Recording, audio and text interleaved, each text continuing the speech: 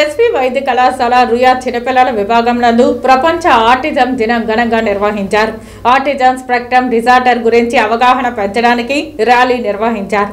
Tirupati SV వైద్య కళాశాల రుయా చిన్నపిల్లల విభాగం మరియు మానసిక వ్యాధుల విభాగం కలిసి మంగళవారం ప్రజలకు, రోగులకు మరియు వైద్య విద్యార్థులకు ప్రపంచ ఆటిజం మీద అవగాహన ర్యాలీ నిర్వహించారు.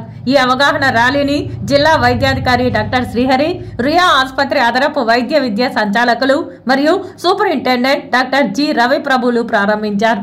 ఈ సందర్భంగా వారు మాట్లాడుతూ ఆటిజం లేదా ఆటిజం స్పెక్ట్రమ్ డిజార్డర్ ఇది కమ్యూనికేషన్, ప్రవర్తన మరియు సామాజిక పరస్పర చర్యలను ప్రభావితం చేసే న్యూరో డెవలప్మెంట్ డిజార్డర్ అని వివరించారు.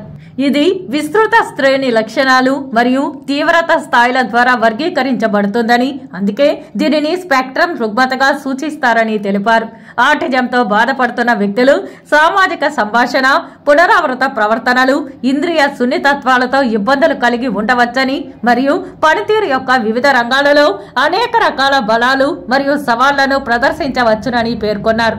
ఆటిజంతో బాధపడుతున్న రోగులకు మనము అండగా ఉండాలని ప్రపంచ ఆటిజం డే సందర్భంగా అందరికీ అర్థమయ్యేలా అవగాహన నిర్వహిస్తున్నామని అన్నారు.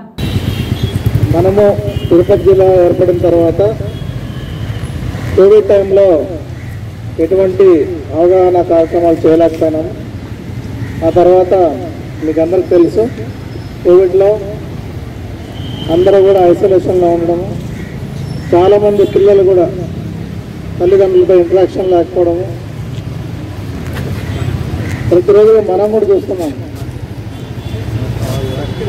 గ్రామీణ వాతావరణంలో కానీ లేకపోతే పట్టణ వాతావరణంలో కానీ చాలా డిఫరెన్సెస్ ఉంటాయి.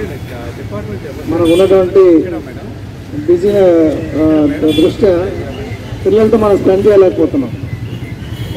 కాబట్టి ప్రతి ఒక్కరు కూడా ఈ ఆటిజం గురించి ఈ యొక్క అవగాహన కార్యక్రమాన్ని, మీకు తెలిసినటువంటి విషయాన్ని అందరికీ కూడా తెలియజేసి ఖచ్చితంగా పిల్లల్ని ఈ యొక్క ఆటిజం నుంచి వచ్చిన తర్వాత థెరపీస్ అనేవి మనకు ఉన్నాయి.